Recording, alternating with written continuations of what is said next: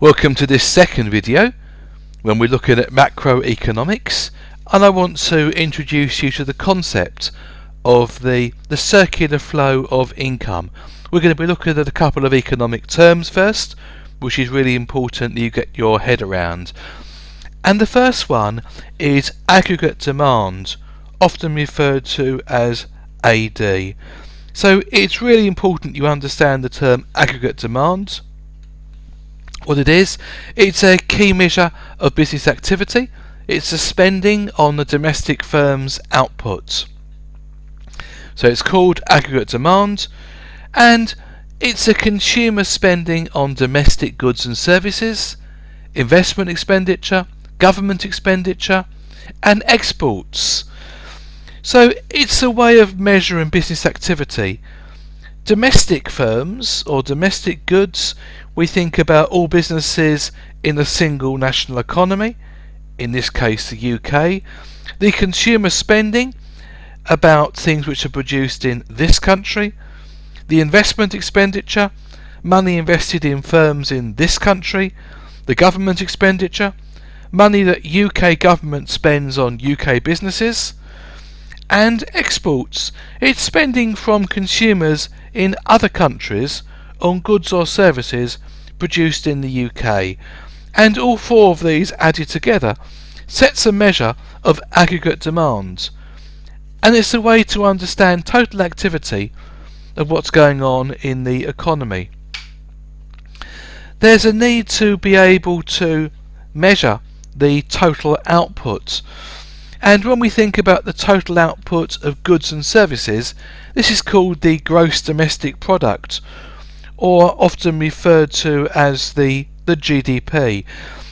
So it includes the goods and services consumed in this country and outside this country by way of exports.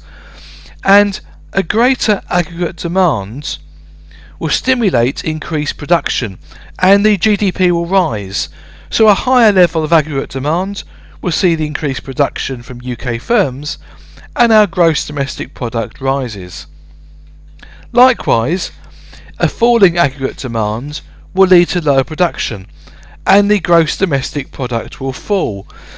So this actually enables us to talk about the overall levels of production in the economy, and it defines another economic term which I'm sure that you will have heard of before, and that is recession. And what a falling gross domestic product is referred to as a recession, and it's usually defined as 2 consecutive quarters, and a quarter being a 3-month period, of the GDP contracting or shrinking. And for information, since 1900 the UK has experienced 9 periods of recession, with the last being in 2011-12, when there were 3 quarters of this negative growth. And cumulatively there was a 0.6 shrinkage in the national economy. So recession is simply a way of talking or measuring a falling gross domestic product and seeing how it's fallen. Circular flow. If we think about the circular flow of income, it's just simply a way of discussing how money moves around the economy. It provides a way of understanding if the economy has grown or if the economy has shrunk. It enables us to explain why we see periods of recession and why we see periods of economic growth. It shows how we can start to theorise how we can stimulate growth on the economy, and it can be used as a tool to examine policies debated by political parties. So it's simply how money flows between households and firms. When we think about the word households, it's an economic term, but in reality we're talking about individuals.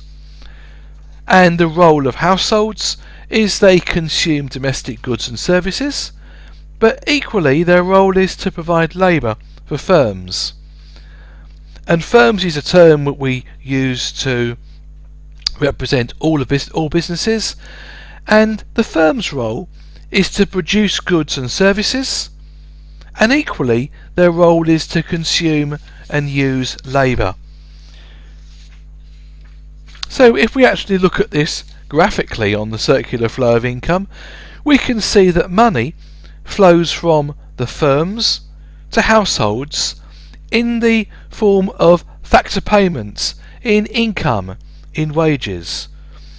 And households are the providers of this labour, and the firms are the consumers of the labour, and they exchange labour for income and wages.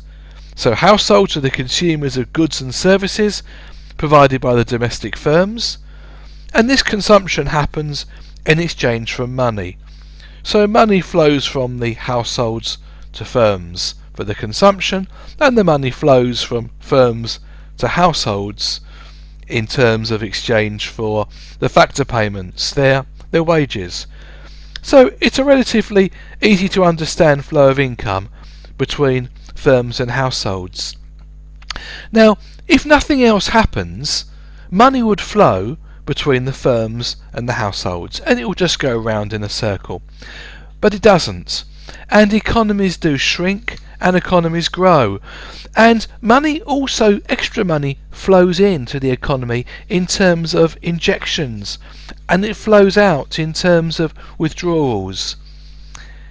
If we look at withdrawals, and withdrawals is money received by households that's not spent on domestically produced goods and services.